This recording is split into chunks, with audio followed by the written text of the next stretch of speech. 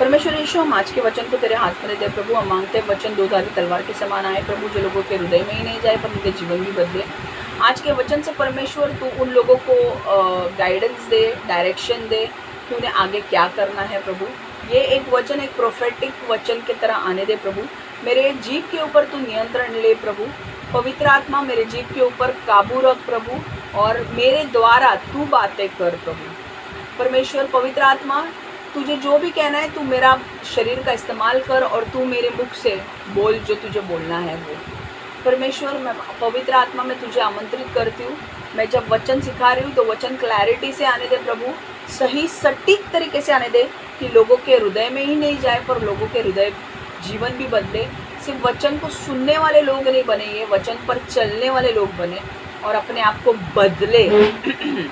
परमेश्वर, मैं मांगती हूँ कि परमेश्वर ये जो वचन आज सुनने वाले हैं, जहाँ पर भी ये वचन सुनेंगे, ऑनलाइन या अभी अगर आत्मा से हमसे जुड़े हैं, तो परमेश्वर हर एक के ऊपर तेरा अनुग्रह आने दे कि ये वचन को सिर्फ सुने ना, इनके अंदर डालें और अपने आप को बदले और उनके जीवन में 100 गुना फल लगने दे और शैतान इस वचन को उनके जीवन से चुरा ना पाए। यीशु के नाम से प्रार्थना करती हूँ, आमेन आमेन आमेन, हालेलुया। ओके, हमने लास्ट टाइम देखा था शिमशोन जो है वो गाज़ा में जाता है और वहाँ पे एक औरत उसे मिलती है और उसके साथ वो रात को जाकर सोता है। ठीक है, अब वही वचन हम पढ़ने वाले हैं इंग्लिश में, हिंदी में और मराठी में।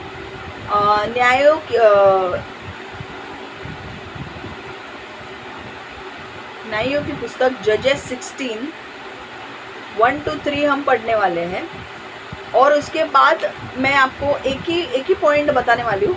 परमेश्वर ने जो मुझे दिया है वो, उस पॉइंट पे हम बात करेंगे। मैं इंग्लिश में पढ़ रही हूँ। जजेस 16 1-3। One day Samson went to Gaza where he saw a prostitute. He went in to spend the night with her. The people of Gaza were told, Samson is here. So they surrounded the place and lay in wait for him all night at the city gate. They made no move during the night, saying, at dawn we will kill him. But Samson lay there only until the middle of night, and then he got up and took hold of the doors of the city gate together with the 2 posts and tore them loose, bar and all. He lifted them to his shoulders and carried them to the top of the hill that faces Hebron. ठीक है, यही चीज़ हम मराठी में पढ़ेंगे।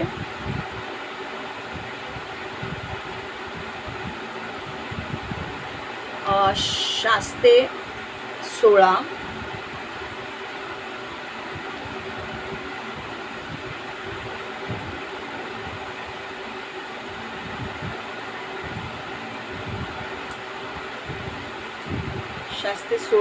1-3। एक दिवस शास्ते 16:1-3। एक दिवस शिमशोन गजा या नगरात गेला। तेथे त्याने एक वेश्याला पाहिले। ती रात्र त्याने तिच्याकडे काढली, तिने तिच्याकडे घालवली। कोणीतरी हे पाहून शिमशोन आला असल्याने गजाच्या लोकांना सांगितले। तेव्हा ते त्याला मारायला निघाले। ते त्या ठिकाणाला वेढ घालून ते शिमशोनाची वाट पाहत दबा धरून बसले। शहराच्या वेशीपाशी त्याने पूर्ण रात्र काढली। गप्प राहून रात्रभर त्याने आपला सुगावा लागू दिला नाही। ते एकमेकांना म्हणाले, उजाडताच आपण त्याला मारू। पण शिमशोन त्या वेश्याकडे मध्यरात्रीपर्यंत राहिला। अर्ध्या रात्रीच तो उठला। वेश्याचे दरवाजे त्याने खिळखिळे केले। ते दरवाजे, त्यांच्या चौकटी आणि अडसर हे सगळे त्यांना अचकटून काढले, खांद्यावर टाकले आणि हे सगळे घेऊन तो हिब्रोन जवळच्या डोंगरा मध्यावर गेला। ओके, अब हम हिंदी में पढ़ेंगे और फिर मैं उसका आंसर बता रही हूँ क्या है। न्यायों की पुस्तक 16वां अध्याय 1-3।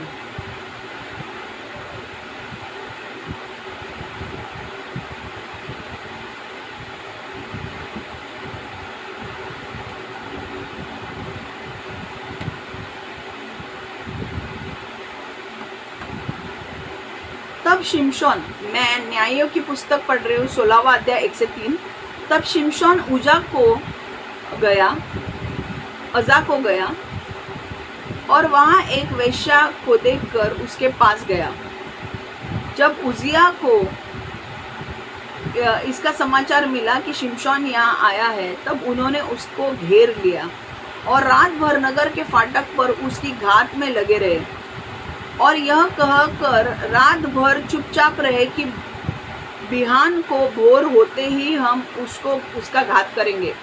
परंतु शिमशोन आधी रात तक रहकर आधी रात को उठकर उसने नगर के फाटक के दोनों पल्लों और दोनों बाजुओं को पकड़कर भेड़ों समेत उखाड़ लिया और अपने कंधों पर रखकर उन्हें उस पहाड़ के चोटी पर ले गया जो हिब्रोन के सामने है। अब स्टोरी क्या है देखो, मैंने लास्ट टाइम भी ये स्टोरी बताई थी। शिमशोन जो था वो गाजा में गया। ओके, अभी जो गाजा है, जो हम स्टोरी सुनते हैं गाजा की, वहीं पे गया शिमशोन और वहाँ पर एक वेश्या थी, उसके घर पे वो गया और वो रात भर वहाँ पे रहा। शिमशोन गाजा जो पट्टी है वो फिलिस्तीन लोगों की है, ठीक है। आज भी फिलिस्तीन लोग वहाँ पे रहते हैं।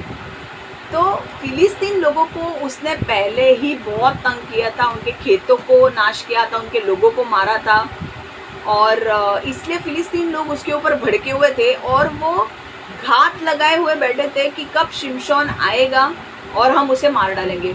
उन्हें न्यूज़ मिल गई कि भाई शिमशोन यहाँ पे गजा में आया है और गजा में वहाँ पर एक औरत है, वेश्या है, उसके पास वो गया है सोने के लिए। तो उन्होंने क्या प्लान किया कि भाई उन्होंने बोला कि हम ना उसके ऊपर रात को अटैक नहीं करते हैं, सुबह पहले सूरज की किरण जैसे निकलती है वैसे हम उसके ऊपर अटैक करेंगे और उसे मार डालेंगे। पर शिमशोन ने क्या किया, शिमशोन को आधी रात को ही शिमशोन ने वो वेश्या का घर छोड़ दिया और वो चला गया। उसने दरवाजे, उसके वो जो वेश्या थी उसके दरवाजे, बहुत सारे दरवाजे उठा के वो हिब्रोन में लेकर चला गया, ठीक है। अब उसके ऊपर हमें ज़्यादा सोचना नहीं है, मेन पॉइंट क्या है मुझे यहाँ पे बताना है। तो आप लिख के लो, मेन पॉइंट ये है, wrong choice can kill you. Wrong choice can kill you. चुकीची निवड तुमचा जीव घेऊ शकते। चुकीची निवड तुमचा जीव घेऊ शकते। गलत चुनाव आपको मार सकता है। गलत चुनाव आपको मार सकता है। मैं वापस रिपीट कर रही हूँ इंग्लिश में। Wrong choice can kill you. चुकीची निवड तुमचा जीव घेऊ शकते।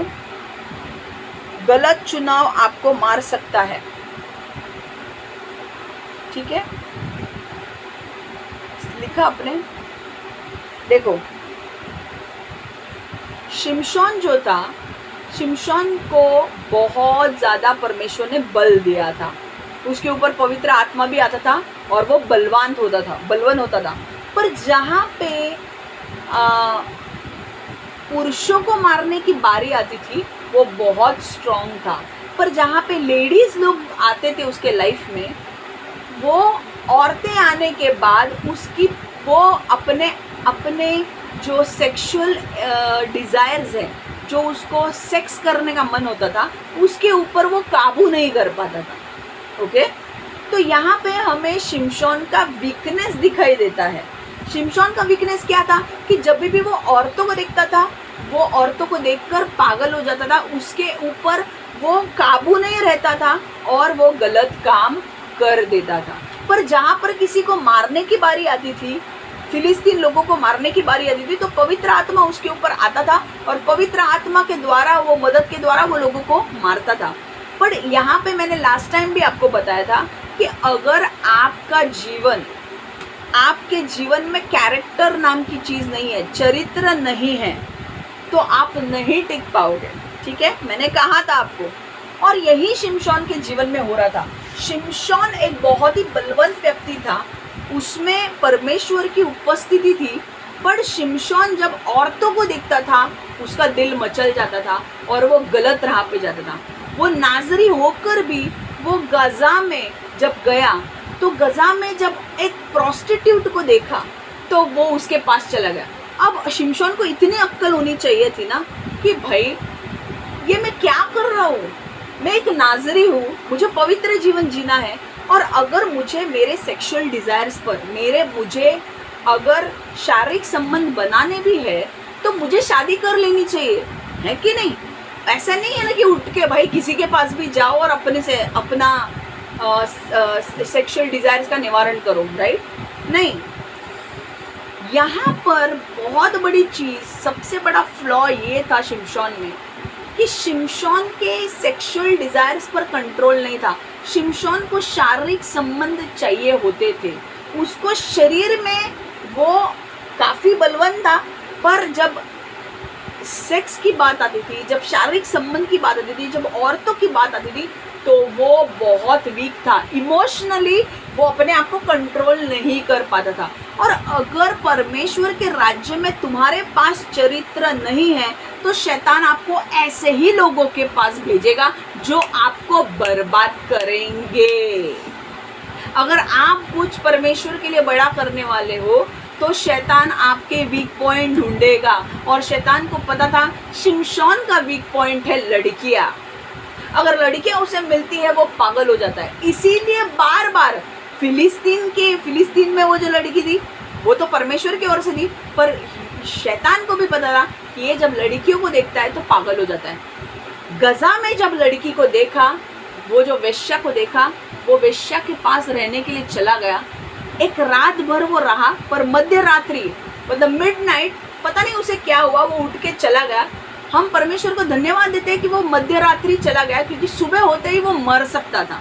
तो यहाँ से हमें सीखना क्या है कि आपके गलत चॉइसेस जो है ना, जो आप गलत चुनाव करते हैं, आपको पता है सही क्या है और गलत क्या है। आप जब गलत चुनाव करते हो तो आपको इसकी भरपाई करनी पड़ेगी। देखो शिमशोन इस वक्त बच गया, पर यहाँ से हमें एक सीखने के लिए ये है कि अगर वो मध्य रात्रि, परमेश्वर ने उसे शायद से बोला होगा, पवित्र आत्मा ने, कि उठ और निकल जाए यहाँ से, अगर उसे नहीं बोला होता तो शायद उसकी जान चली जाती, क्योंकि वो गजा में था। गजा फिलिस्तीन में है और फिलिस्तीन लोग उसे नहीं छोड़ते। पवित्र आत्मा शायद से उसके ऊपर आता, उसे बचा भी देता, बट उसके मूर्खता के वजह से उसकी जान जा सकती थी। समझ में आ रहा है? तो आप जो डिसीजंस लेते हो, आपके लाइफ में जो भी आप डिसीजंस लेते हो, आपको ये सोचना है कि आप जो डिसीजंस ले रहे हो ये परमेश्वर की ओर से है या शैतान की ओर से है। ओके? क्योंकि आपके डिसीजंस आपको बहुत बड़ी भूल में डाल सकते हैं। फॉर एग्जाम्पल, एक लड़का था, उसको परमेश्वर ने कहा कि ये लड़की के साथ शादी करनी है, और वो लड़की इतनी अमीर नहीं थी, पैसे वाली नहीं थी, और वो अपने में ही रहती थी, और इस लड़के के पास चॉइस थी। चॉइस मतलब दूसरे लड़कियां भी उसके सामने थी, और परमेश्वर ने उसे कहा कि भाई तू इस लड़की, जिस लड़की को दिखा रहा हूँ ना मैं, उस लड़की के साथ तू शादी कर, तेरी लाइफ अच्छी होगी। बट वो लड़के को क्या था ना, अपना ईगो ज़्यादा इम्पोर्टेंट था। मुझे क्या चाहिए, मुझे क्या लगता है, लोग मेरे बारे में क्या सोचेंगे अगर मैं उस गरीब लड़की के साथ शादी करूँगा, तो ये उसको बहुत था। इसलिए उसने क्या किया, परमेश्वर की बात को नहीं माना और वो दूसरे लड़की के पास चला गया। जब वो दूसरे लड़की के पास चला गया, बाद में उसे पता चला कि वो दूसरे लड़की का अफेयर किसी व्यक्ति के साथ चालू है, और ये जो लड़की थी, इस लड़की ने इस लड़के को फंसा दिया, इससे इतना पैसा ऐंठा, घर लिया, सब लिया। आज अब इस लड़की को किसके साथ रहना चाहिए? वो लड़के के साथ ईमानदार रहना चाहिए ना। आज वो लड़की उस लड़के के साथ ईमानदार नहीं रह रही है, इसके भी कुछ अफेयर चालू है। समझ में आ रहा है आपको? आज उस लड़के को 3 साल बाद अचानक फील हो रहा है कि यार अगर मैंने उस टाइम परमेश्वर की बात सुनी होती तो मैं शायद इस बेवकूफ़ के ऊपर इतना पैसा खर्च नहीं करता, ना मैं इतनी एनर्जी देता, ना मैं अपना पैसा एनर्जी रिसोर्सेस इसके ऊपर लगाता जो इसके यहाँ से मुझे रिटर्न्स कुछ मिल ही नहीं रहे, ना मेरे पास लॉयल्टी है। ये लड़की ना तो लॉयल है, ना इसमें इंटेग्रिटी है, ना ऑनेस्टी है। ये मेरा ही पैसा यूज़ करके मेरे ऊपर ही गेम्स कर रही है। समझ में आ रहा है? तो मैं एक चीज़ आपको बोलना चाहती हूँ कि जब आपको परमेश्वर आपको बोलता है कि आपको ये काम करना है, आपको यहाँ पे ज्वाइन होना है, आपको ये कॉलेज में जाना है, आपको ये स्कूल में डालना है, तो माँ बाप की जिम्मेदारी है कि अगर परमेश्वर बोल रहा है कि ये स्कूल में डालना है तो उसी स्कूल में डालो। एक ये कॉलेज में डालने को बोल रहा है तो उसी कॉलेज में डालो। अपना अक्ल मत लगाओ, परमेश्वर जो बोल रहा है वो करो। क्योंकि अगर तुम अपनी अक्ल लगाओगे, जब तुम तुम्हारी इच्छा पूरी करने जाओगे तुम फंसोगे। परमेश्वर की इच्छा आपके इच्छा से 100 गुना ज़्यादा बेहतर है। और परमेश्वर की इच्छा भले ही आपको उस टाइम पे ऐसे लगे कि यार ये लड़की क्या है, इस लड़की में तो कुछ भी नहीं है, मेरे सामने जो लड़कियां हैं ना उनमें बहुत कुछ है, पैसे वाली है, उनके पास बहुत पैसा है, उनके पास गाड़ियां हैं, उनके माँ बाप बड़े बड़े बिजनेसमैन हैं, बहुत सब है। पर भाई परमेश्वर बोलेगा इनके अंदर लॉयल्टी है क्या? क्या तेरे साथ ये जन्म जन्म का रिश्ता निभाएगी क्या? ये अक्ल है तुझे? 1-2 साल तुझे यूज करके फेंक देगी कहीं गंदे नाली के कीड़े में, गंदे नाले में कीड़े की तरह तेरे को फेंक देगी और बाद में तुझे रियलाइज होगा कि यार मैंने फालतू में इसके ऊपर टाइम वेस्ट किया। एक चीज मैं बोलती हूँ, जब परमेश्वर आपको दिखा रहा है कि आपको ये नहीं ये करना है तो आप वही करो। आपको शायद से कई बार आपको परमेश्वर ऐसी कुछ चीजें करने को बोलेगा जो आपको परमेश्वर बोलेगा कि नहीं तुझे नहीं पानी भरना है, और आपको नहीं भरना है पानी। आप भर सकते हो पानी, बट परमेश्वर बोलेगा कि नहीं भरना नहीं है। और बाकी के लोग आपको टॉन्ट मारेंगे पानी नहीं भर रहे इसलिए, पर उनको बोलने दो, उनकी मर्जी है, वो उनका मुंह है, उनको बोलना है बोलने दो। आपको परमेश्वर ने क्या बोला है, नहीं भरना है ना तो बस नहीं भरना है। आपको बिना पानी के रहना पड़े 2 दिन तो भी चलेगा, 3 दिन रहना पड़ेगा तो भी चलेगा, बट जो परमेश्वर आपको बोल रहा है वही करो, उसी में आशीष है। आप अगर परमेश्वर को छोड़ के कुछ करने जाओगे आप बहुत बड़े चंगुल में फंस जाओगे जिससे आप बाहर नहीं निकल पाओगे। आपकी एनर्जी जाएगी, आपके रिसोर्सेज जाएंगे, आपके पैसे जाएंगे, आपका टाइम जाएगा, वेस्ट होगा ऐसे लोगों के ऊपर जिनकी औकात भी नहीं है। Wrong choices. ओके, देखो शिमशोन जो था वो इतना बेवकूफ था कि यार शिमशोन को ऐसा नहीं बोला था परमेश्वर ने कि तू शादी मत कर। शिमशोन जो था वो अपने शादी करके अपने वाइफ को लेकर जा सकता था, शादी कर सकता था। वो एक वेश्या के पास जाने की क्या जरूरत थी? वो वहां पे जाके वहां पे उसकी मौत हो सकती थी, पर परमेश्वर ने उसे बचा लिया। हर वक्त ऐसा नहीं होने वाला है। जब आपको पता है कि वो लड़की के पास मत जाओ, उस लड़के के पास मत जाओ, वो गलत लड़का है, तुमको क्या पता कई लोग ऐसे लोगों के पास जाते हैं यार मुझे ना वो लड़की अच्छी लगती है, मुझे वो लड़का अच्छा लगता है, बाद में पता चलता है उनको HIV हुआ है। उनको HIV हुआ है और वो HIV क्योंकि तुम उसके पास गए सोने के लिए, तुम्हें भी वो HIV हुआ। और ये किस्सा मैं आपको ऐसा नहीं बोल रही हूँ कि भाई ये मुझे पता नहीं है, मैं जानती हूँ ऐसे कपल को जो लड़की ने वो लड़के के साथ गई, उसको HIV हुआ था और ये लड़की मेरे घर पे भी आके गई है। वो लड़की को HIV हुआ, बाद में जब सीरियसली मैं बोल रही हूँ, जब मैंने उसकी कंडीशन देखी, जब उसको HIV हुआ, HIV होने के बाद वो इतनी पतली हो गई, बार बार उसको बुखार आता था, उल्टियाँ करती थी, और एक वक्त आया मुझे न्यूज़ मिली कि वो मर गई। तो जब परमेश्वर तुम्हें बोल रहा है कि भाई मत जाओ मत जाओ मत जाओ, तो वो चीज़ मत करो। आपको परमेश्वर बोल रहा है स्टॉक मार्केट में पैसा इन्वेस्ट मत करो, और आपके दोस्त आकर आपको गाजर देंगे, अरे डाल रे, अरे डाल, कुछ नहीं होता है, डाल। आप डालोगे, परमेश्वर आपको बोल रहा है मत डाल, आप बोलोगे मैं नहीं, मैं डालूंगा, आप डालोगे और मार्केट क्रैश हो जाएगा, और बाद में आपको रियलाइज होगा कि यार मेरे को परमेश्वर बोल रहा था कि मत कर, और मैंने ये पागलपन किया। आप परमेश्वर की आवाज़ सुनने की कोशिश करो, परमेश्वर आपसे क्या बोलना चाहता है, और वही करो जो परमेश्वर आपको बोल रहा है। 10 लोग होंगे, 10 ओपिनियन देंगे, उनके ओपिनियन पे मत जाओ। बहुत सारे लोग हैं ना, बहुत सारे लोग होते हैं ना, वो कई बार क्या होता है पता है, ऐसे मैंने कंडीशन देखी है कि ये मेरे एक्चुअल मेरे लाइफ में हुआ है। काफ़ी यंग थी मैं तब, 22-23 साल की, और मेरे माँ बाप मेरे पीछे पड़े थे कि तू किसी हिंदू लड़के के साथ शादी कर, ओके। और मुझे नहीं करना था क्योंकि मैंने यीशु को अपना जीवन दिया था, और यीशु में आने के बाद तुम्हें ऐसा करना पड़ता है कि तुम्हें यीशु में ही जो कोई व्यक्ति है उसी के साथ तुम्हें शादी कर देंगी, एंड इट्स बेटर, क्योंकि वो प्रकाश है और हम भी प्रकाश है, तो प्रकाश एक हो सकते हैं, प्रकाश और अंधकार एक नहीं हो सकते। और मेरे माँ बाप जो थे मेरी शादी कराने के लिए लड़के ढूंढ रहे थे, और आप विश्वास नहीं करोगे, एक के पीछे एक हर संडे मैं लड़कों को देखती थी। कई बार उनसे रिजेक्शन आता था, कई बार मैं रिजेक्ट करती थी, पर मेरे यहाँ से रिजेक्ट करना मतलब मेरे मम्मी पापा बहुत गुस्सा होते थे।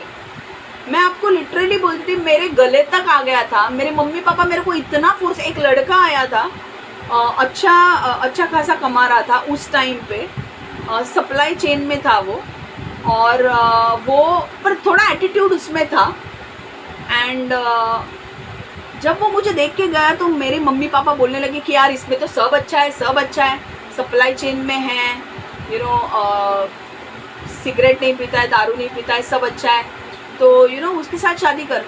और मैं लिटरली ऑफिस में थी, मुझे बहुत टेंशन आ रहा था कि यार मेरे मम्मी पापा मुझे फोर्स कर रहे हैं, मुझे जिस लड़के के साथ शादी नहीं करनी है उसके लिए फोर्स कर रहे हैं, और मुझे पता था कि परमेश्वर ने मेरे लिए वो लड़का नहीं चुना है।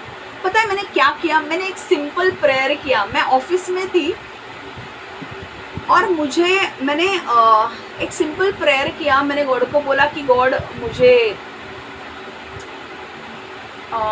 ये शादी नहीं करनी है, मुझे बहुत डर लग रहा है इस लड़के के साथ, और मुझे पता है कि मेरे मम्मी डैडी को ये लड़का बहुत अच्छा लगा है, और मेरे मम्मी डैडी चाहते हैं कि मैं इसके साथ शादी करूं, पर मुझे ये लड़का नहीं अच्छा लगा है, मेरे अंदर शांति नहीं है, मैं क्या करूं, मुझे नहीं लग रहा है शांति इसके लिए। और मैंने सच में दिल से प्रेयर किया कि क्योंकि मेरे मम्मी डैडी मेरे ऊपर बहुत प्रेशर ला रहे थे, मतलब उनकी तरफ से हाँ ही था, और मैं अब इतनी टेंशन में थी। मैं ऑफिस में थी पर मेरे ऑफिस में कुछ मन नहीं लग रहा था, क्योंकि मुझे पता था कि वो देख के मुझे गए और 2 दिन में मुझे फ़ोन करके बताएंगे कि उनकी तरफ से क्या है, और अगर मैं यहाँ पे नहीं ना बोलूँगी तो मेरे मम्मी पापा चढ़ जाएंगे दोनों मेरे ऊपर कि क्यों ना बोल रही है। मैंने परमेश्वर की मदद मांगी, परमेश्वर मुझे नहीं करनी है शादी इस लड़के के साथ, ये लड़का यीशु में नहीं है, मुझे उसके साथ शादी नहीं करनी है। आप विश्वास नहीं करोगे, मैंने धन्यवाद दिया परमेश्वर को। 2 दिन बाद उसका कॉल आया और उन्होंने मुझे रिजेक्ट किया, और मैंने इतना धन्यवाद दिया परमेश्वर को कि वहीं से रिजेक्शन आ गया। कई बार मैं आपको बोलती हूँ कि आपके रॉन्ग चॉइसेस के लिए सिर्फ आप जिम्मेदार नहीं होते, आपके दोस्त जिम्मेदार होते हैं, क्योंकि आप ऐसे लोगों से पूछने के लिए जाते हो कि क्या रे मैं इसके साथ शादी करूँ क्या? आपके दोस्तों को क्या पता है वो लड़की कौन है और क्या है एग्जैक्टली, और आपके दोस्तों को क्या पता है? आपके दोस्त भी आपके तरह होंगे पैसे वाले, तो बोलेंगे अरे यार ये गरीब लड़की के साथ क्या शादी कर रहे हैं, पर इनको ये नहीं पता कि भाई ये गरीब लड़की के पास लॉयल्टी, इंटीग्रिटी और ऑनेस्टी है, जो पैसे वाले लड़कियों के पास नहीं है। और ये लड़का पूछने जा रहा है तुझे क्या लगता है ये लड़की कैसी है? नहीं, उसके दोस्त बोलते हैं अरे ये लड़की अच्छी नहीं है, इसके कान भर दिए, जो लड़की परमेश्वर ने इसके लिए चुनी थी, इसने परमेश्वर पे विश्वास नहीं किया, इसने अपने दोस्तों के ऊपर विश्वास किया कि नहीं भाई ये लड़की ने ना ऐसे ऐसे कांड किए, और ये लड़की का नाम बर्बाद करके, और वो जो उसके दोस्त थे वो उस लड़की को जानते थे, और वो लड़की को उनको नीचे लाना था क्योंकि उस लड़की से वो जलते थे, तो उस लड़की के बारे में भर भर के झूठ बोला, जो नहीं है वो सब बोल दिया। और सिर्फ झूठ में सिर्फ वो लोग नहीं थे, दूसरों को भी लिया झूठ में शामिल होने के लिए, और उनको पैसे दिए कि भाई झूठ इसको बोलो। और पता है उसमें 100 से भी ज्यादा लोग होंगे इन्वॉल्व, जो 100 से भी ज्यादा लोगों ने झूठ बोल के उस लड़के को कन्विंस किया कि ये लड़की अच्छी नहीं है, और परमेश्वर उसके कान में बोल रहा था कि यही लड़की के साथ शादी कर, इस लड़की के साथ शादी करेगा तो तेरा अच्छा होगा। पर ये लड़के ने नहीं माना, ये लड़का गया दूसरी लड़की के साथ, क्योंकि उसे लगा कि ये लड़की बहुत पॉश है, बहुत हाईफाई है, बहुत ज़बरदस्त दिखने में है, मैं उसके साथ खड़ा रहूँगा तो लोग मुझे वाह वाह करेंगे। आज वही लड़का रो रहा है क्योंकि वो लड़की उसको चूस रही है। आज वो लड़की उसको बर्बाद करके छोड़ रही है, क्योंकि आज वही लड़की उसके ऊपर जादू टोने कर रही है, वही लड़की उसका पैसा लूट रही है, और सिर्फ इतना ही नहीं, वो लड़की दूसरे लोगों के साथ संबंध भी बना रही है। तो कौन सी लॉयल्टी, कौन सी इंटीग्रिटी इस लड़की में बची है, वो बताओ मुझे।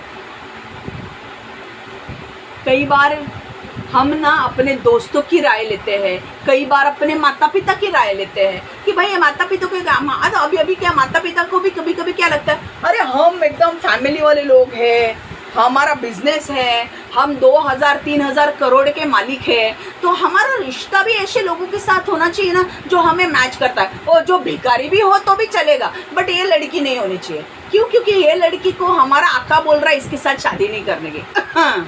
अच्छा, तो आपका लड़का खड्डे में जाएगा तो भी चलेगा, बट इस लड़की के साथ शादी नहीं करनी है। तो परमेश्वर आज आपको बोल रहा है कि अब अपने बेटे की हालत देखो।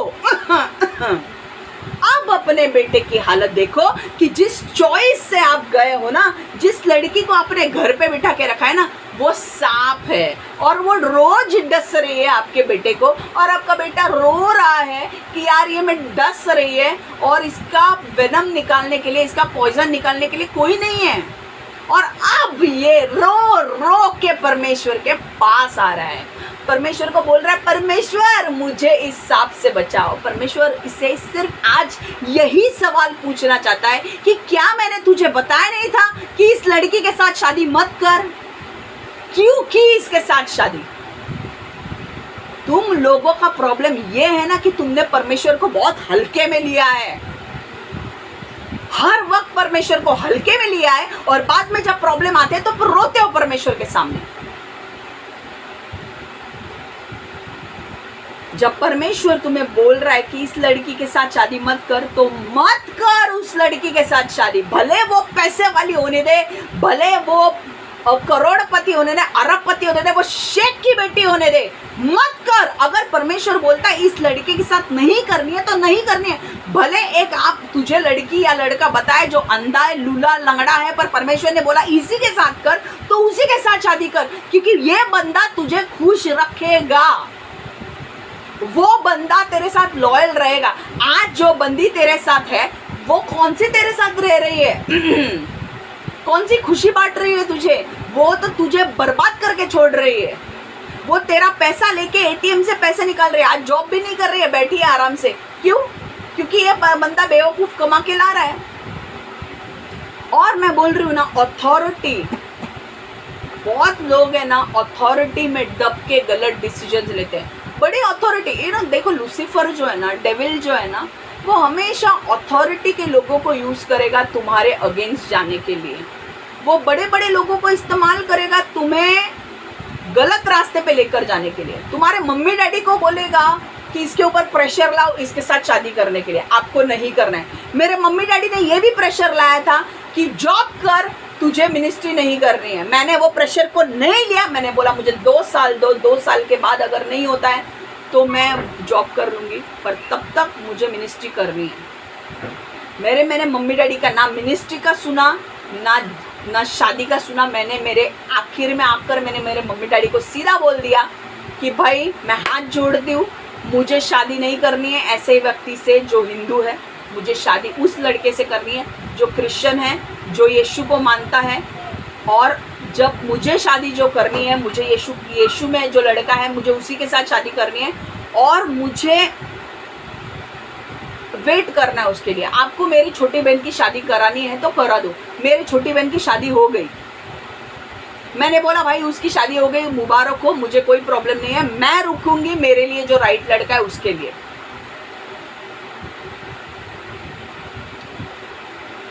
आपको पता है आदम और हवा ने गलत, आपको पता है जब आप रॉन्ग चॉइस करते हो, जब आप गलत चॉइस करते हो, आप जब गलत चुनाव करते हो, परमेश्वर आपको सही रास्ता बताएगा।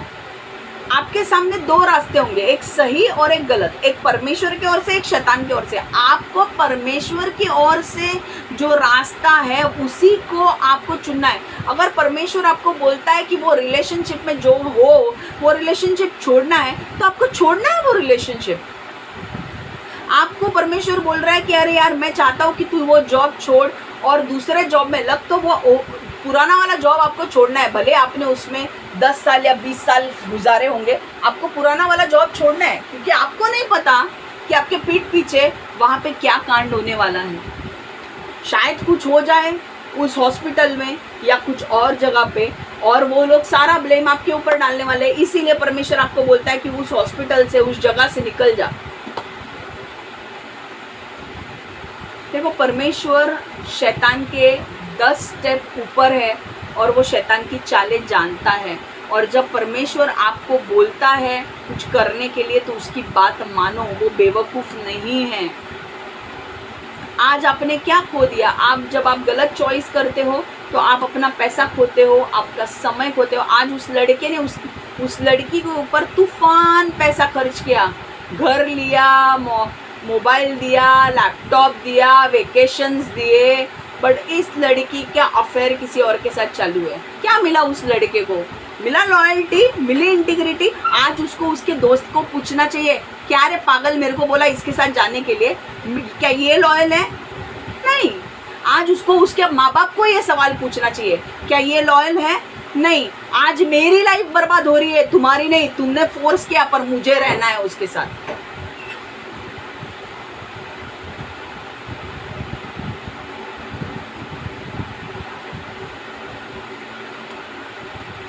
एक बात बोलती हूँ, मैं सिर्फ एक वचन आपको पढ़ के बताना चाहती हूँ। उत्पत्ति 3:1-6 कि जब आप गलत चॉइस करते हो तो आपके जीवन में उसके परिणाम आते हैं। ओके, आपके जीवन में उसके परिणाम आते हैं और ये परिणाम मैं आपको बाइबल से बताना चाहती हूँ। उत्पत्ति, इंग्लिश से हम स्टार्ट करेंगे। Genesis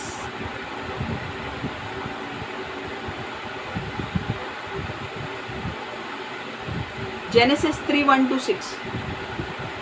now the serpent, Genesis 3:1-6 में आपको एक उदाहरण देख के बताना चाहती हूँ कि ये कहाँ पे हुआ था बाइबल में। Now the Genesis 3:1-6, now the serpent was more crafty than any of the wild animals the Lord God had made. He said to the woman, did God really say you must not eat from any tree in the garden? The woman said to the serpent, we may eat fruit from the trees in the garden, but God did say you must not eat fruit from the tree that is in the middle of the garden, and you must not touch it or you will die. You will not certainly die, the serpent said to the woman. For God knows that when you eat from it, your eyes will be opened and you will be like God, knowing good and evil. When the woman saw that fruit of the tree was good for food and pleasing to the eye and also desirable for gaining wisdom, she took some and ate it. She also gave some to her husband who was with her and he ate it.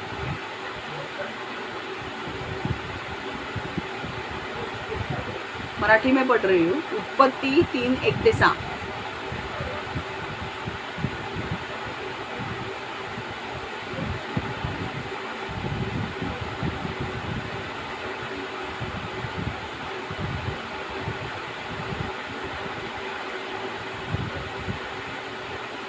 परमेश्वराने उत्पत्ती 3:1-6 परमेश्वराने देवाने निर्माण केलेल्या सर्व वन्य प्राण्यांमध्ये सर्प हा अतिशय धूर्त आणि हुशार होता.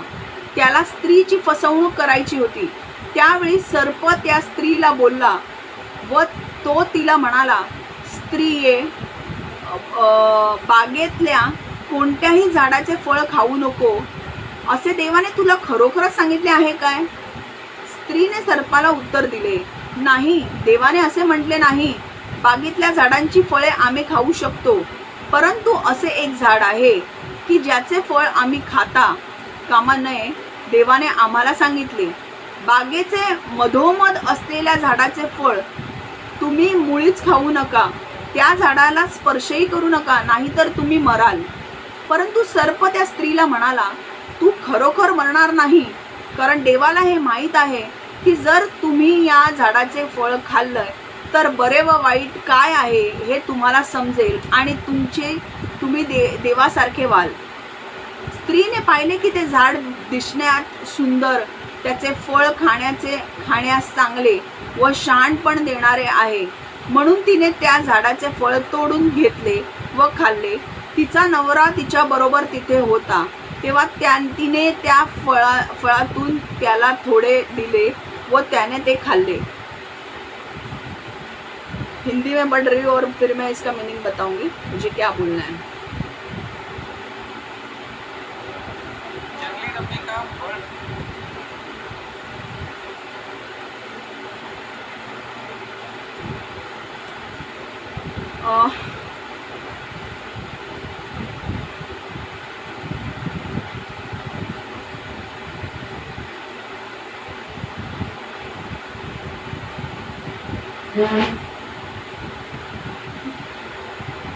यहोवा उत्पत्ति 3:1-6 यहोवा परमेश्वर ने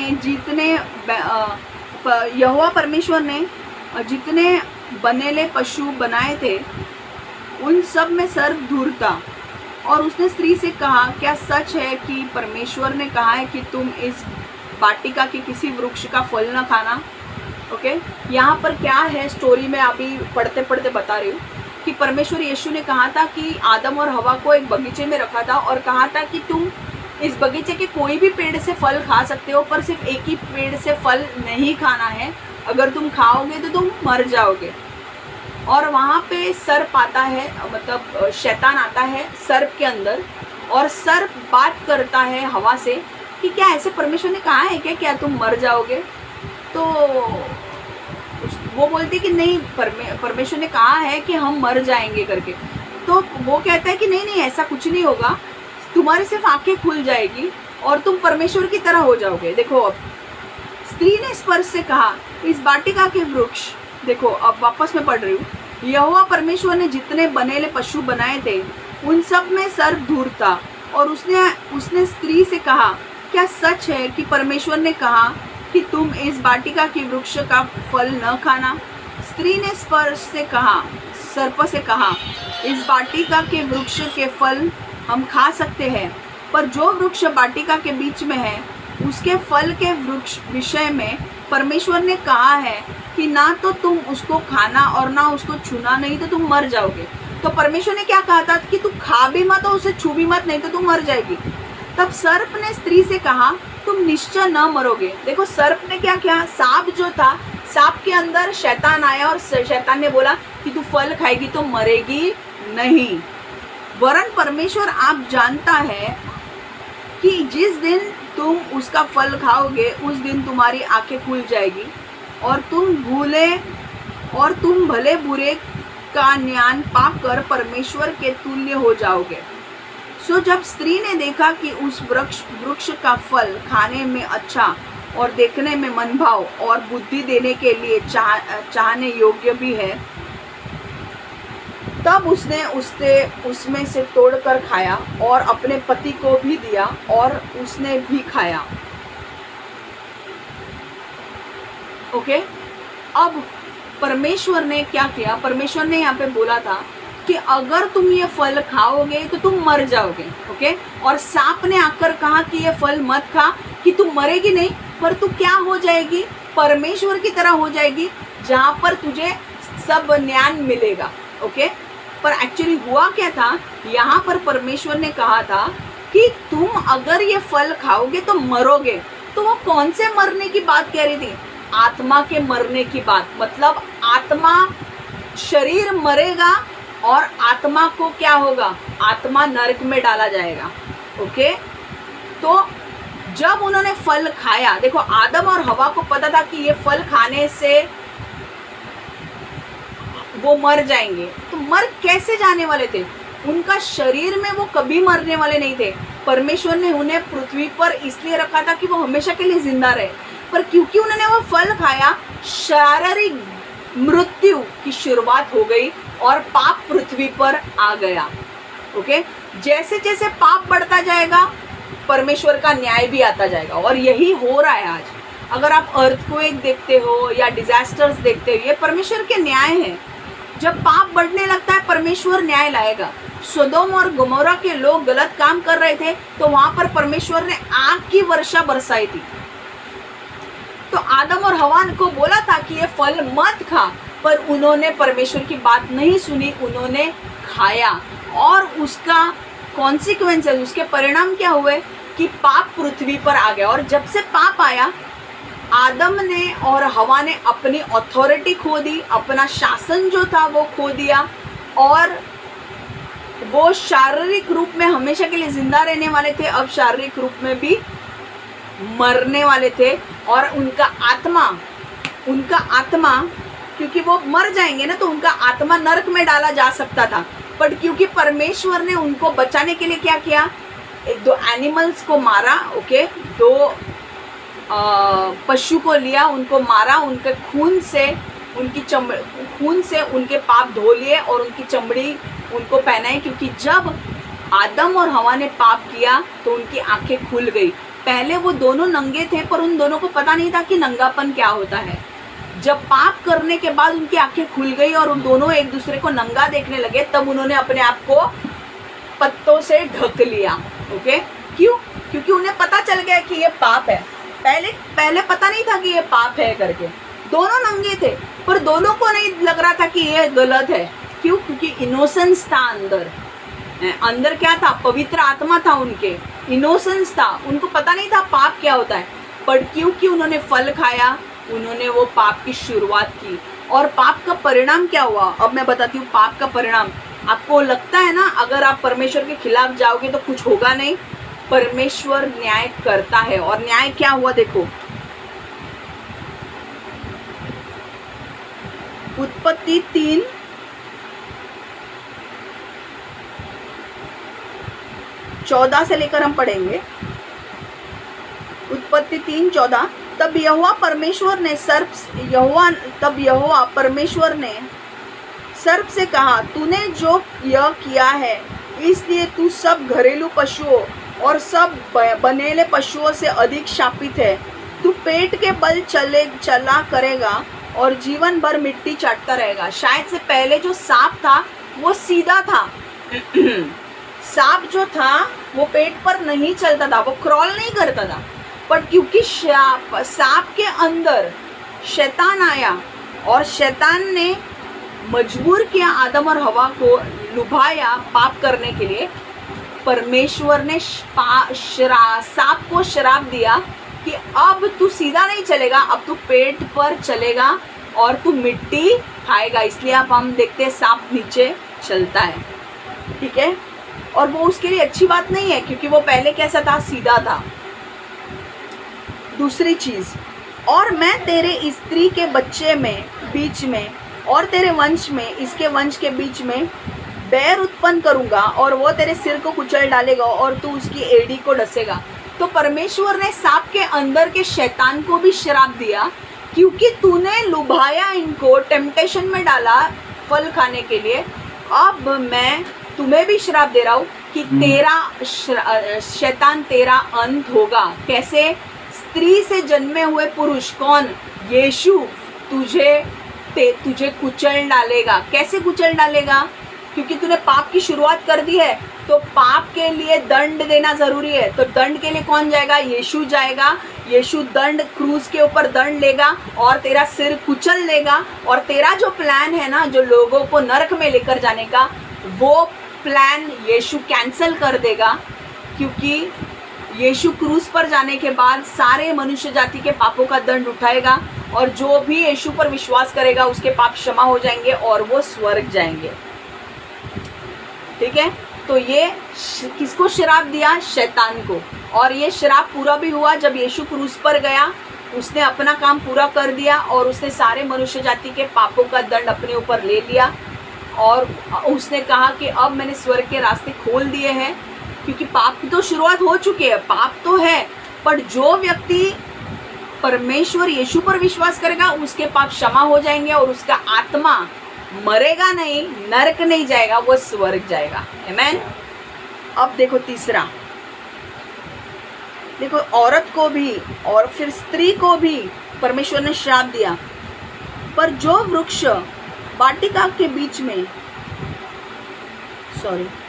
14वां वचन, 16वां वचन, उत्पत्ति 3:16वां वचन, फिर स्त्री ने उससे कहा, मैं तेरी पीड़ा और तेरी गर्भवती होने के दुख को बहुत बढ़ाऊंगा। देखो स्त्री के ऊपर श्राप आया। पहले जो प्रसूति थी, प्रेगनेंसी थी, वो बहुत इजी थी, दर्द नहीं था उसमें, बच्चा प्रेग्नेंट हो, बच्चा बाहर इजीली आ जाएगा। बट क्योंकि आदम और हवा ने वो फल खाया, वो श्राप हवा के ऊपर आया, और क्योंकि हम हवा के बच्चे हैं, हमारे ऊपर भी वो श्राप है। जब हम प्रेग्नेंट होके बच्चे को जन्म देंगे, आप जब भी देखो, किसी को भी देखो, कोई भी माँ को देखो, जब वो एडमिट हो जाती है उसकी फटती है, क्योंकि बच्चा बाहर आने के वक्त बहुत दर्द देता है। तो ये कहाँ से आया? ये वहाँ से आया, उत्पत्ति 3:16 से। जो हवा ने फल खाया ना, उसके श्राप उसे लगे कि जब प्रेगनेंसी के वक्त तुझे दर्द होगा, और आज भी लोग प्रेगनेंसी के वक्त दर्द से गुजरते हैं, तो वो श्राप आज भी चलता आ रहा है। क्यों? क्योंकि हम हवा के बच्चे हैं, मनुष्य जाति के हैं, हवा के बच्चे हैं, तो वो श्राप नीचे तक आ चुका है। ओके, इसलिए बहुत सारे लोग सिजरिंग करते हैं दर्द से छुटकारा पाने के लिए।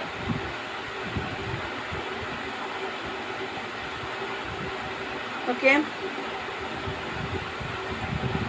आप बोलोगे फिर, अरे ठीक है चलो, सांप के ऊपर श्राप आया, शैतान के ऊपर भी श्राप आया कि वो उसको भी, उसका सिर कुचल देंगे, औरत के ऊपर भी, हवा के ऊपर भी श्राप आया, तो अभी आदम का क्या? आदम के ऊपर भी श्राप आया। देखो क्या,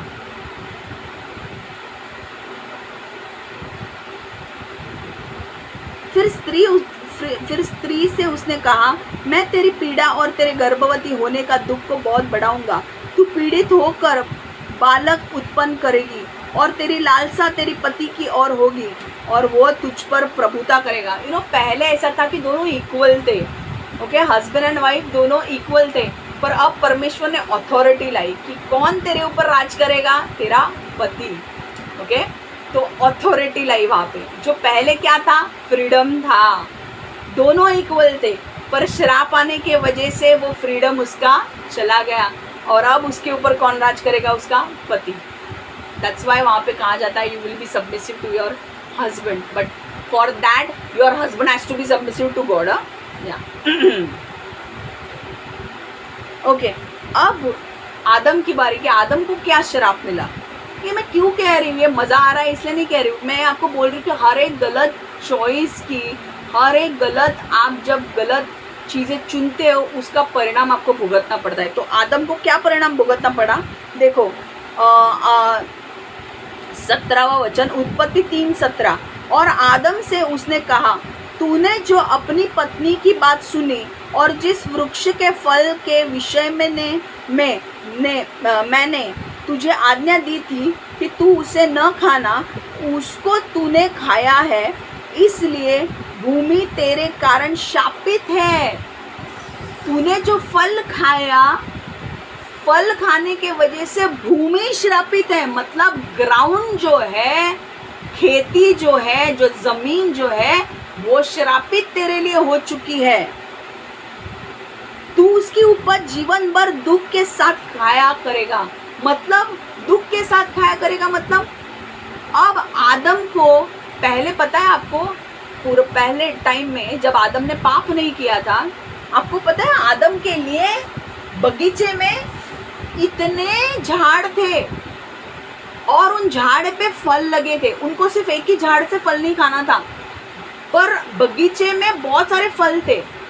और आपको पता है उस बगीचे में पानी डालने के लिए आदम नहीं जाता था, तो कौन पानी डालता था? परमेश्वर क्या करता था पता है? नीचे से पानी लाता था, जमीन के अंदर से, पता है ना, बोरिंग से, वैसे वो पानी लाता था ऊपर और अपने आप पेड़ों को पानी देता था। आदम नहीं पानी देता था, आदम का ये काम भी नहीं था। खेती अपने आप उगती थी, फसल अपने आप उगती थी, क्योंकि परमेश्वर पानी लाता था, आदम को नहीं करना पड़ता था। बट क्योंकि आदम ने वो फल खाया, वो भूमि श्रापित हो गई। अब वो भूमि के ऊपर पानी अपने आप नहीं आएगा। परमेश्वर ने बोला अब वो पानी तुझे डालना पड़ेगा, तुझे बीज बोना पड़ेगा, तुझे मेहनत करनी पड़ेगी, तुझे श्रम करना पड़ेगा, तुझे वो धूप में खड़े रह के वो बीज डालने के लिए जाना पड़ेगा। और जब बीज आएगा तो अगर तेरे नसीब में है तो ठीक है, नहीं तो कीटाणुनाशक जो है, कीटाणु उसे नाश कर सकते हैं, रेन्स, बारिश उसे बर्बाद कर सकती है। अब तेरे लिए तू दुख से खाएगा। समझ में आ रहा है कि मिला तो मिला, नहीं तो नहीं। जो लोग फार्मर्स है ना, उनको पता है कि सिर्फ फसल उगने पर सब कुछ नहीं होता है, इनको कीटाणु से भी बचाना पड़ता है, बारिश से भी बचाना पड़ता है, और परमेश्वर पहले फुकट का ये देता था। पेड़ अपने आप फल फूलते थे और फल आदम की झोली में ऐसे पके हुए आते थे कि खा तू चल। भाजी ऐसे ही लगती थी, खेत ऐसे ही लगते थे, पर आदम को ना इस चीज़ का अंदाज़ा नहीं था कि उसने जो पाप किया उसका परिणाम क्या भुगतना पड़ा। उसके बाद आदम को बोला गया कि अब बेटा तू अब जो काम करेगा ना, तुझे मेहनत करके करना पड़ेगा। और इसीलिए वो श्राप आज भी हर एक व्यक्ति के ऊपर है, औरतों है या पुरुष है, हर एक को मेहनत करके दूर दूर तक 2-2 घंटे 3-3 घंटे ट्रैवलिंग करके ऑफिस में पहुंचना पड़ता है, काम करना पड़ता है, मेहनत करनी पड़ती है, और फिर उसको खाना मिलता है, महीने की सैलरी मिलती है और फिर वो खाता है। पर पहले अगर हम होते ना और आदम और हवा ने पाप नहीं किया होता ना, परमेश्वर अपने आप देता, अपने आप उपज देता। देखो उसने क्या लिखा है, और आदम से उसने कहा, तूने जो अपनी पत्नी की बात सुनी और जिस वृक्ष के फल के विषय में मैंने तुझे आज्ञा दी थी कि तू उसे न खाना, उसको तूने खाया, इसलिए भूमि तेरे कारण शापित है कि तू उसकी उपज जीवन भर दुख के साथ खाया करेगा, और वह तेरे लिए कांटे और उन कटोरे उगाएगी, और तू खेत की उपज खाएगा और अपने माथे के पसीने की रोटी खाया करेगा, और अंत में मिट्टी में मिल जाएगा, क्योंकि तू उसी में से निकला गया है, और तू मिट्टी तो है और मिट्टी में ही फिर मिल जाएगा। समझ में आ रहा है? तो परमेश्वर ने उससे बोला कि अब जो पहले भूमि जो अपने आप फसल लाती थी, ओके, अपने आप नीचे से पानी आता था, फसल होती थी, खाने को खेत ऐसे ही मिल जाते थे भाई, रोटी मतलब ये करने के लिए अपने आप फल मिलते थे, अपने आप खेती मिलती थी। अब वो कुछ नहीं मिलेगा, अब तुझे मेहनत करनी पड़ेगी, बीज डालना पड़ेगा, पानी डालना पड़ेगा, तब वो खेती आएगी। और सिर्फ आएगी नहीं, उसमें क्या आएंगे, उसमें कांटे आएंगे जो तुझे काट कर खेती को अलग करना पड़ेगा। ओके, समझ में आ रहा है कितना डिफरेंस है परमेश्वर के आशीष में और परमेश्वर के श्राप में? जब आशीष था परमेश्वर का तो अपने आप पेड़ों को पानी अपने आप मिलता था, फलवन थे पेड़, पेड़ों में फल लगते थे। अब परमेश्वर, क्योंकि ज़मीन श्रापित हो गई है, पेड़ भी शायद से, पेड़ में पानी डालोगे तो पेड़ जीवित रहेगा, वरना पेड़ भी फल नहीं देगा। समझ में आ रहा है? और बाद में परमेश्वर ने कहा आदम कि मुझे अब तुझे एक बहुत बड़ी सूचना देनी है, तू हमेशा के लिए ज़िंदा रहने वाला था, पर अब तू हमेशा के लिए ज़िंदा शरीर में नहीं रहेगा, और शारीरिक मृत्यु शुरू हो गई, आत्मिक मृत्यु भी शुरू हो गई। बट परमेश्वर ने आत्मिक मृत्यु से इन दोनों को बचाया, क्योंकि परमेश्वर ने आगे चल के इन दोनों को एनिमल को काट कर, है ना, पशु को काट कर उनका खून बहाया और उनके श्रापों को ढक दिया और उनके कपड़े, चमड़े के कपड़े आदम और हवा को दिए पहनने के लिए। पर आज भी वो श्राप चालू है। अगर आप देखोगे आज कितने पाप है चालू, और वो कहाँ से शुरू हुए? आदम और हवा से वो श्राप चालू है। और आज भी जब बच्चा पैदा होता है उसमें पापी स्वभाव होता है। क्यों? क्योंकि आदम और हवा ने पाप किया। सोचो, वो एक पाप आज इतनी 2000 पीढ़ियाँ जा चुकी है।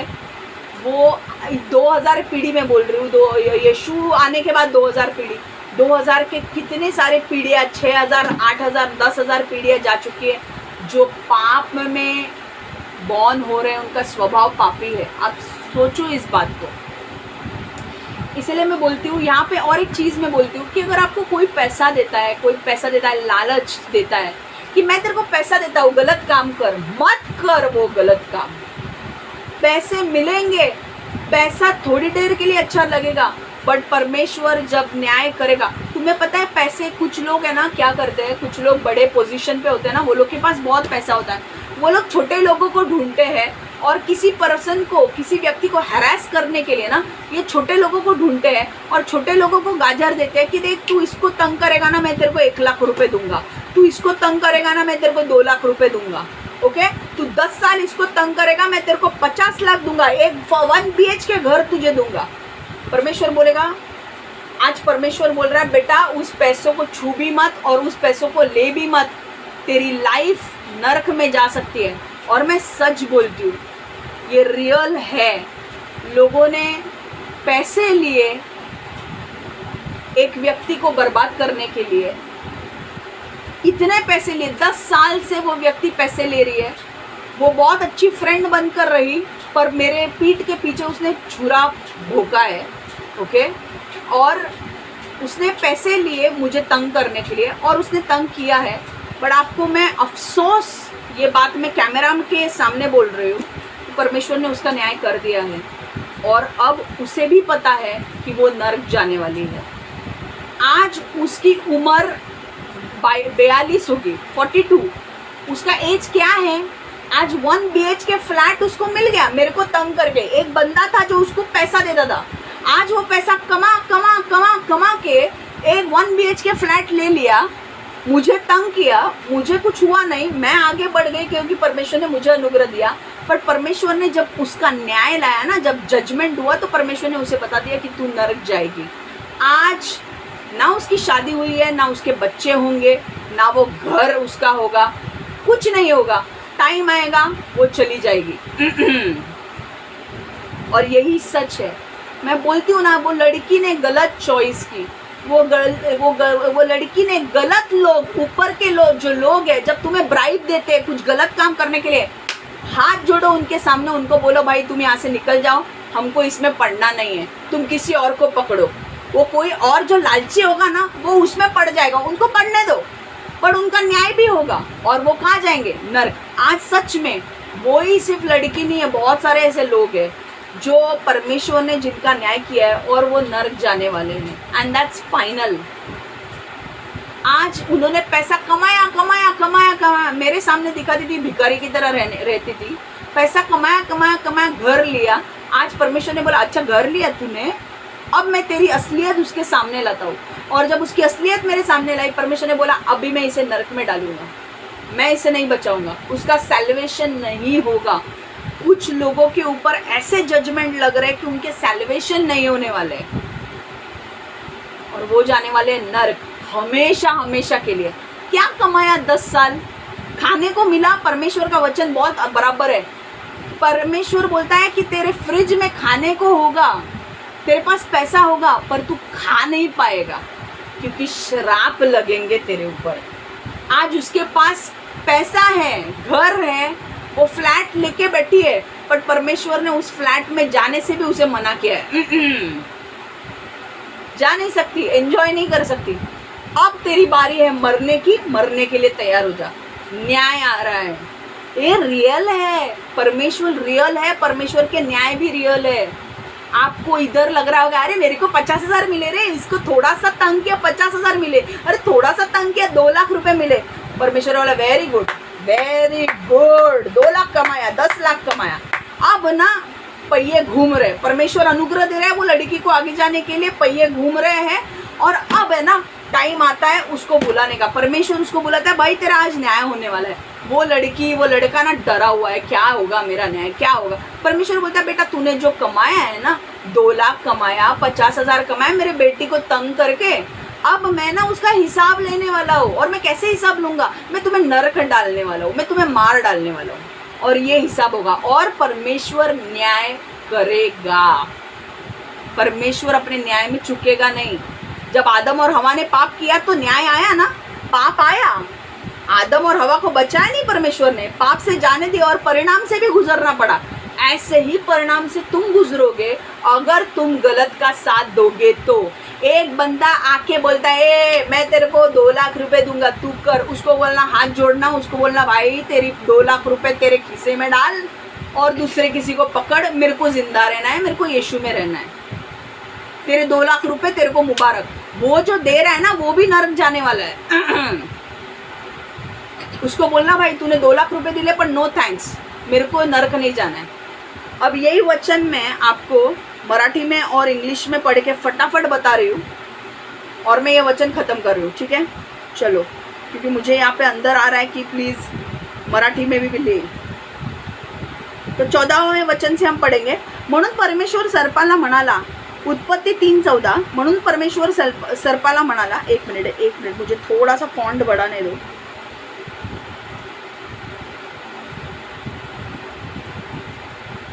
म्हणून परमेश्वर सर्पाला म्हणाला, तू हे फार वाईट केलेस म्हणून तुझे पण वाईट होईल, तू हे केलेस म्हणून इतर कोणत्याही प्राण्यापेक्षा तू अधिक शापित आहेस, तू पोटाने सरपटत चालशील आणि आयुष्यभर तू माती खाशील, तू व स्त्री यास मी एकामेकांचे शत्रू करीन, तुझी संतती आणि तिची संतती एकमेकांचे शत्रू होतील, तिच्या संततीचा पायाची तू टाच फोडशील पण तो तुझे डोकं ठेचेल। नंतर परमेश्वर स्त्रीला म्हणाला, तू गरोदर असताना तुला त्रास होईल आणि मुलांना जन्म देत्या वेळी तुला खूप वेदना होतील, तरी तुझी ओढ तुझ्या नवऱ्याकडे राहील आणि तो तुझ्यावर अधिकार चालवेल।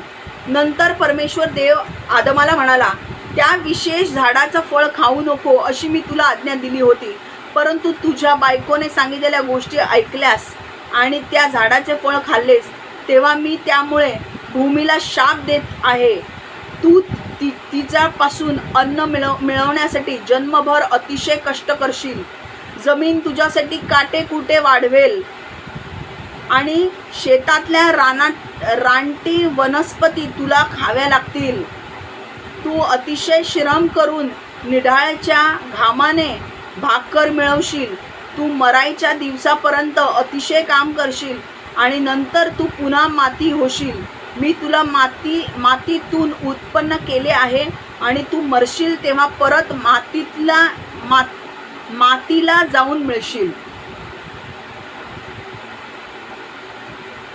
Genesis 3:14 okay. So the Lord God said to the serpent, because you have done this, cursed are you above all livestock and all wild animals. You will crawl on your belly and you will eat dust all the days of your life. And I will put enmity between you and the woman, and between your offspring and hers. And he will crush your head and you will strike his heel.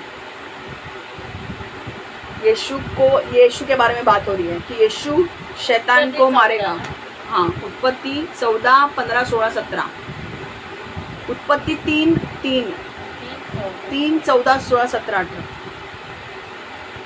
To the woman he said, I will make your pain childbearing very severe, with painful labor you will give birth to children, and your desire will be for your husband, and he will rule over you. To Adam he said, because you listened to your wife and ate fruit from the tree about which I commanded you, you must not eat from it. Cursed is the ground because of you. Through painful toil you will eat food from it, and all the days of your life. It will produce thorns and thistles for you, and you will eat plants of the field. By the sweat of your brow you will eat your food until you return to the ground, since from it you were taken, and for dust you are, and to the dust you will return. Hallelujah. So यहाँ से हमें सीखना क्या है कि परमेश्वर की जो चॉइस है is the best choice. Okay, परमेश्वर जब आपको कुछ बोल रहा है तो आप परमेश्वर की सुनो, परमेश्वर की बात अनसुनी मत करो। अगर ऊपर से अगर लोग आपके ऊपर दबाव डाल रहे हैं कि मैं तुझे 2 लाख रुपए दूंगा, 3 लाख रुपए दूंगा, इस व्यक्ति को तकलीफ दे, उसको सामने हाथ जोड़ो, उसको बोलो भाई आगे जाओ, हमें इसमें इन्वॉल्व नहीं होना है, भाई तू तो मरेगा हमको भी लेकर मरेगा तो उसमें जाना नहीं है। ओके, और परमेश्वर आपसे कहना चाहता है कि जितना आप परमेश्वर की बात मानेंगे, जितना आप परमेश्वर के पीछे चलेंगे, आपको उतने ही ब्लेसिंग्स मिलेंगे। जब आप उस व्यक्ति को ना कहेंगे जो आपको 3 लाख रुपए दे रहा है किसी को तंग करने के लिए, जब आप उस व्यक्ति को ना बोलोगे तो परमेश्वर आपको उसे ना बोलने के लिए इतना ब्लेस करेगा कि आपके बच्चे आशीषित होंगे, आपका घर आशीषित होगा, आपके फाइनेंसेस आशीषित होंगे, आपका जॉब आशीषित होगा, हर चीज़ परमेश्वर आपको ब्लेस करेगा। क्यों? क्योंकि आपने परमेश्वर की बात मानी। आमीन। सो यहाँ से हमें सीखना क्या है? डोंट, शैतान की बात मत मानो, परमेश्वर की बात मानो, और परमेश्वर जो बोल रहा है वो करो। परमेश्वर अगर आपको बोल रहा है कि उस व्यक्ति के साथ शादी करने के लिए, तो उस व्यक्ति के साथ शादी करो। परमेश्वर आपको बोल रहा है उस जॉब को छोड़ दो, तो आप उस जॉब को छोड़ दो। परमेश्वर आपको बोल रहा है उस रिलेशनशिप को छोड़ दो, तो उस रिलेशनशिप को छोड़ दो, चाहे जो भी हो जाए उस रिलेशनशिप को छोड़ दो। वो रिलेशनशिप आपके जीवन में फल नहीं लाएगी। It will not bring fruit in your life. जब तक उस रिलेशनशिप में आप हो, there will be curses and curses and curses, because परमेश्वर की उपस्थिति उस रिलेशनशिप में, उस जॉब में, उस घर में, उस परिवार में, उस स्कूल में, उस कॉलेज में नहीं है।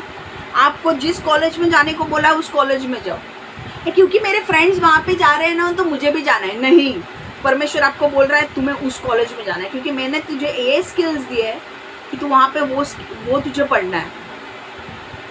जो परमेश्वर आपको बोल रहा है वो आप करो, उसी में आपका आशीष है, उसी में आपकी भलाई है। और जब आप वो करोगे तो परमेश्वर जो 3 लाख रुपए आपने छोड़े हैं ना, परमेश्वर करोड़ों रुपयों से आपको आशीषित करेगा उसकी बात मानने के लिए, और आपको ब्लेस करेगा, और आप हेल में नहीं जाओगे। ओके, सो प्लीज़ अपने माइंड को पैसों के लालच में मत आने दो। पैसे आपको मिलेंगे, बट बाद में परमेश्वर का जब न्याय आएगा, परमेश्वर आपकी जान ले लेगा। वो पैसे किसी और को मिलेंगे, आपके काम करने का कुछ फ़ायदा नहीं होगा। So make wise choices. Okay, and बड़े लोगों से वचन वो आने वाला है, but wrong choice can kill you. Okay, अगर आपने गलत चॉइस की तो वो आपको मार सकता है। चुकीची निवड तुमचा जीव घेऊ शकते, गलत चुनाव आपको मार सकता है। तो प्लीज़ मैं हाथ जोड़ रही हूँ आपके सामने, डोंट डू एनीथिंग रॉन्ग। गलत चीज़ें मत करो, गलत चुनाव मत करो। जो परमेश्वर की ओर से है उसी के पीछे चलो, उसी में आपको आशीष मिलेगा। आमीन। So God bless you all, take care. मैं प्रार्थना कर रही हूँ परमेश्वर यीशु, मैं हर एक के लिए प्रार्थना करती हूँ कि हर एक को ब्लेस कर, आशीर्वादित कर। मैं हर एक को यीशु के लहू से ढकती हूँ, और मैं मांगती हूँ प्रभु हर एक व्यक्ति को राइट चॉइस करने के लिए मदद कर। ब्राइब जो दे रहा है उसका न्याय कर, जो ब्राइब ले रहा है उसका भी न्याय कर। पर परमेश्वर लोगों को बुद्धि ज्ञान से भर कि वो गलत चीज़ों में ना फंसे, गलत चीज़ें ना ले लोगों से, और गलत लोगों को तंग ना करे, क्योंकि जब परमेश्वर का न्याय आएगा, न्याय से कोई बच नहीं पाएगा। सो मैं परमेश्वर मांगती हूँ प्रभु लोगों को बुद्धि ज्ञान से भर कि वो पैसे के लालच में आके तेरे विरुद्ध ना जाए प्रभु, क्योंकि आखिर में उन्हीं का लॉस होने वाला है, उन्हीं की जान जाने वाली है, क्योंकि तू उन्हें नरक में डालेगा। परमेश्वर मैं मांगती हूँ हर एक को ब्लेस कर, आशीर्वादित कर, और बुद्धि ज्ञान से भर, और तेरे पीछे चलने के लिए उन्हें मदद कर और अनुग्रह से भर। यीशु के नाम से मैं मांगती हूँ, amen amen amen. Okay, God bless you all, take care.